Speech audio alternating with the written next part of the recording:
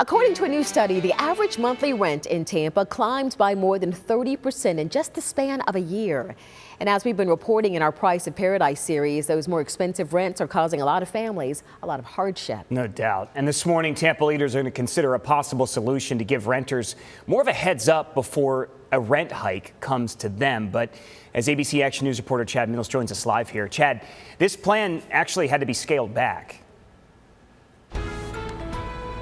It sure did. Some wanted to give renters months of notice before a rent hike, but the plan that's on the table here at City Hall this morning will give them weeks of notice instead. Still, the councilman sponsoring the idea thinks it will help Tampa renters.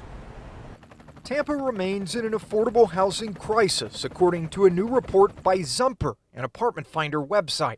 The average monthly rent here climbing 32.8% in the span of a year, about $1,500 to rent a one-bedroom place.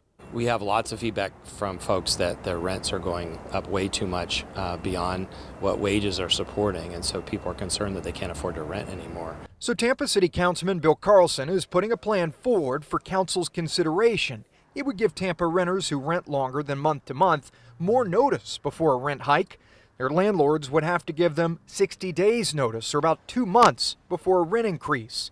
Carlson originally studied giving renters 6 months notice, but the legal department has since told us that that's not possible because of state law. So he thinks 60 days is a decent compromise that should give Tampa renters a bit more heads up. Because there's no inventory and people can't quickly scramble to find a new place to live, so at least it will provide a slight cushion. If the plan is passed, landlords who violate it could face a $450 fine.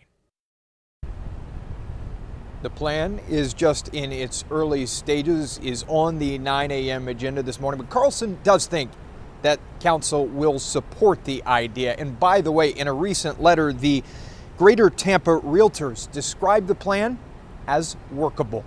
Live in Tampa, Chad Mills, ABC Action News.